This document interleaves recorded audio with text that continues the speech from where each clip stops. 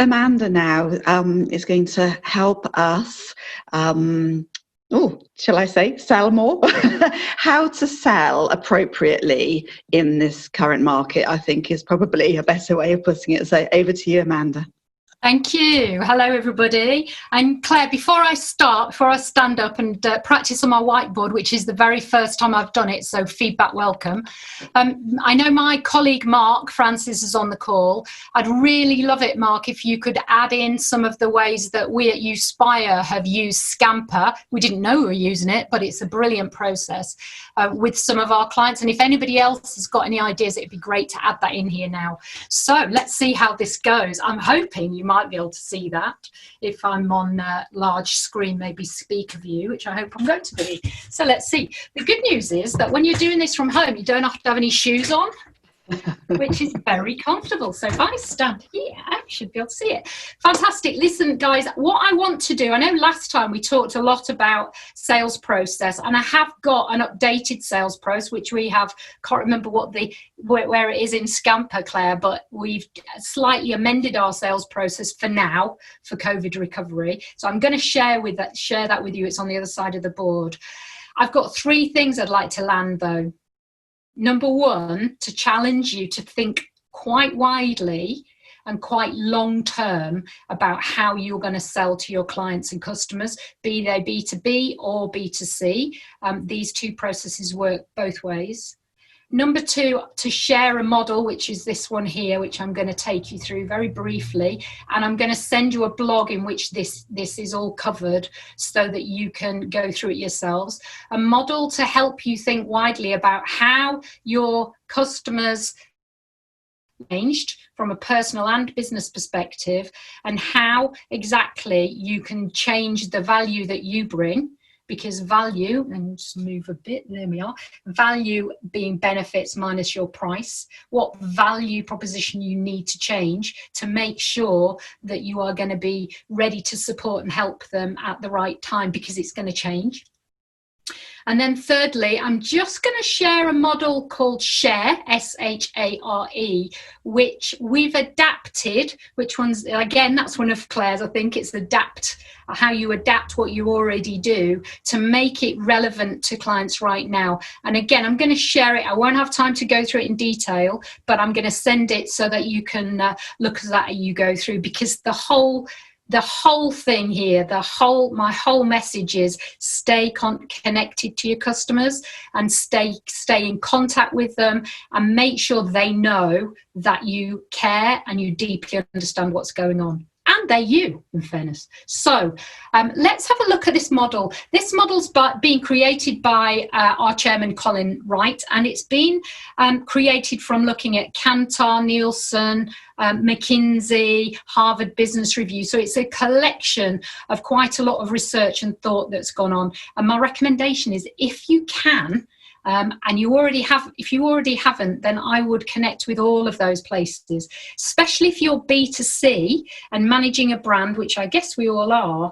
Kantar in particular has got some superb stuff about consumer trends. They've taken from IA and all sorts of things. So let's just have a really quick whistle-stop tour of the way that you need to think about changing your value.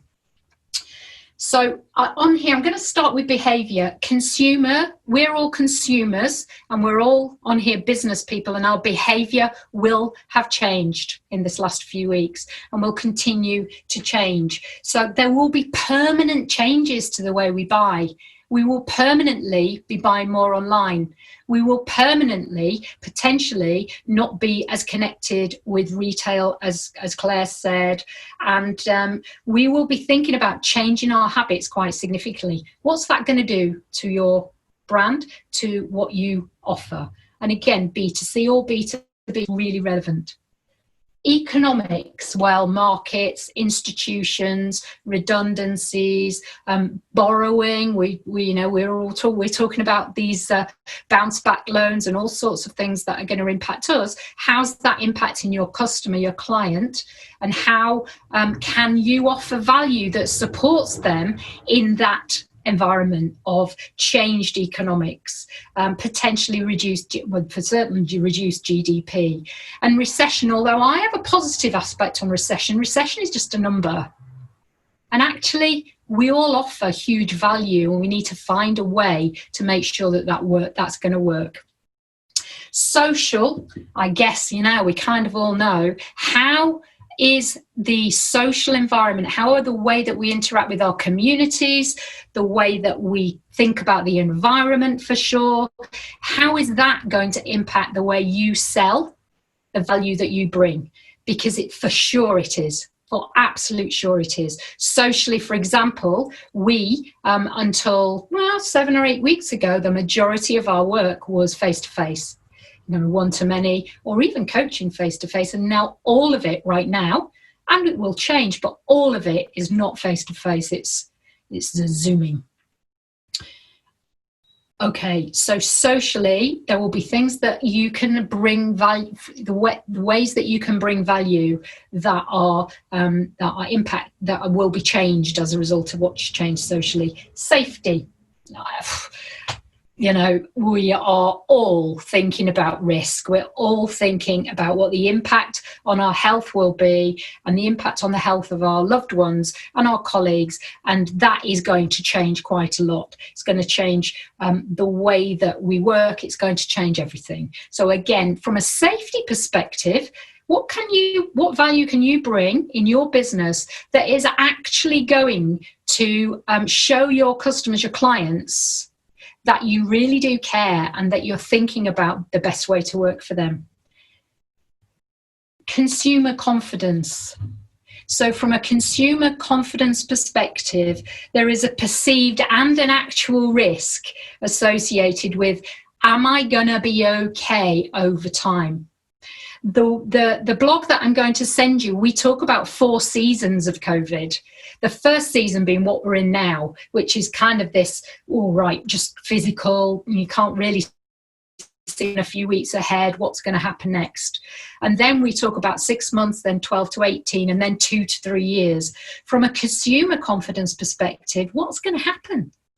And how's that going to impact what you do? Certain businesses, food and drink, for example, are flying right now. Others, on the other hand, travel and hospitality, we work with big bus tours, they are all off the road and can see no time when they're going to be on the road. However, how can they adapt? And I love Claire's scamper. I love that because actually they can. And then finally, behavioural shift. Have I done them all? No, did I start with behaviour? I did. I've done them all. Fantastic. So what I'd like you to think about, I'm challenging you to look at this model and to think to yourself, where on this model do we need to think about as a business, how we change our value proposition to all the way we talk about our value proposition to make sure that the benefits to your customers are really, really clear so that they will pay. It's easy to discount in a crisis. Think really hard before, I'm not saying don't, but think really hard before you do that, because actually you may well be able to offer huge value that's different to the way you were before. So with that in mind, I'm just going to, hopefully this will work and you won't see the unmade bed. Ooh, come on, don't fall. Brilliant. Okay, so with that in mind, I'd just like to share literally what we've done with our sales process, and we've called it Share. So I'm really quick whistle stop. SHARE.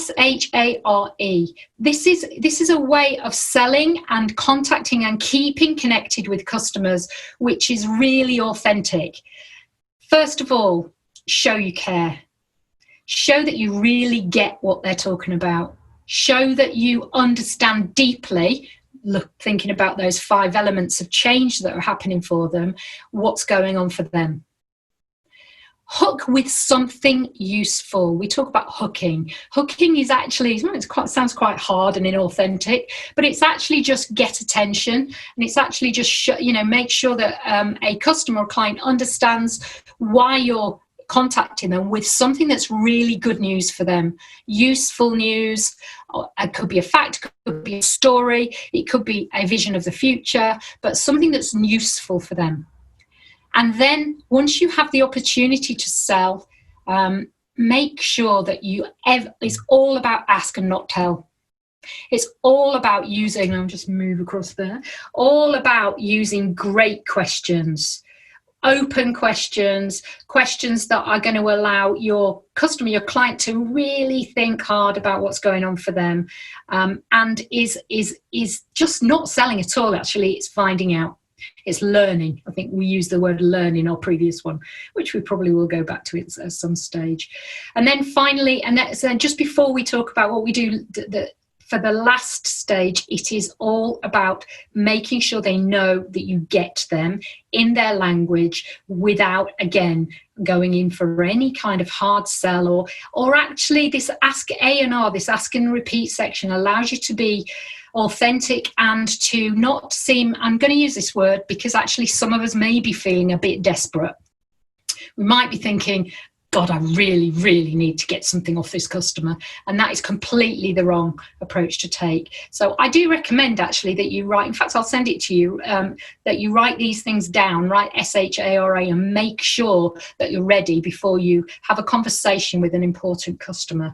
And then finally, energize. At Uspire, our strapline, our value proposition is provoke, energize, and transform. Provoke businesses to be energized, to make sure that they're transforming their what they do from within, actually, so that you then can make sure that you're telling the right story to your customers. So energize. And for energize, that could be, we've got something that you might want to buy.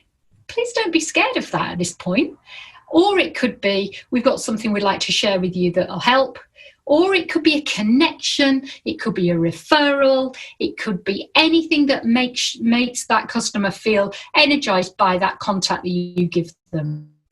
Anything at all. So this right now that Julia's doing is energizing us to think differently about how we take forward our businesses, bearing in mind the news on Sunday, for example.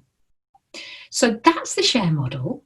I'm going to send you this, which is some more detail on the model of thinking about your COVID recovery, which again, as I've said, is in 4 different seasons. And I'm thinking Game of Thrones seasons as opposed to summer, winter, autumn type seasons, because it is going to be a long one.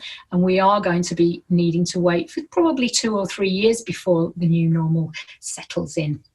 And then my final thing is just to remind you that when I talked about challenging you to think differently, please think customer first.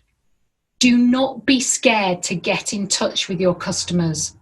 Send them something useful that's energetic, but please do keep in touch. It's very easy to hide in the garden shed or wherever it is you might be, but it's really easy to do that.